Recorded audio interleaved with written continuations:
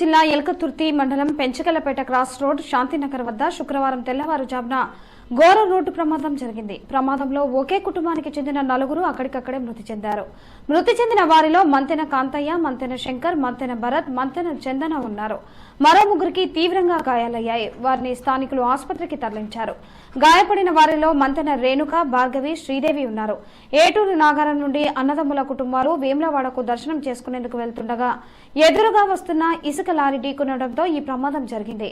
ప్రమాదంలో మరణించిన వారిని ఎంజీఎం ఆసుపత్రికి తరలించారు. ఈ విషయంపై పోలీసులు కేసు నమోదు చేసుకుని దర్యాప్తు చేస్తున్నారు. శంకర్, శ్రీదేవి, భార్గవ్, భరత్ ప్రతి సంవత్సరం పోతారు వాళ్ళు. వీళ్ళతో పాటు వీళ్ళపైన వాళ్ళు వీళ్ళు కాంతయ్య, చిన్నారి, రేణుక ముగ్గురు, వాళ్ళ తల్లి ముగ్గురు. ఎప్పుడు రాత్రి మీకు ఎప్పుడు తెలిసింది? మాకు రాత్రి 3 అయింది. తెల్లవారుజామున.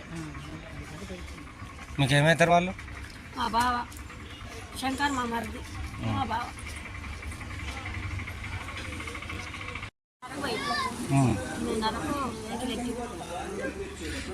ప్రతి సంవత్సరం వెళ్తారా? కొడుకు మా అన్న ఆయన అంతే. మా చిట్టి అక్క తన బిడ్డ. ఎన్ని గంటలకు పోయింది? 8:30 మరి అంతే. 8:30 మీకు ఎట్లా తెలిసింది వార్త? నిన్న రాత్రి తెలిసి 3 గంటలు వచ్చింది.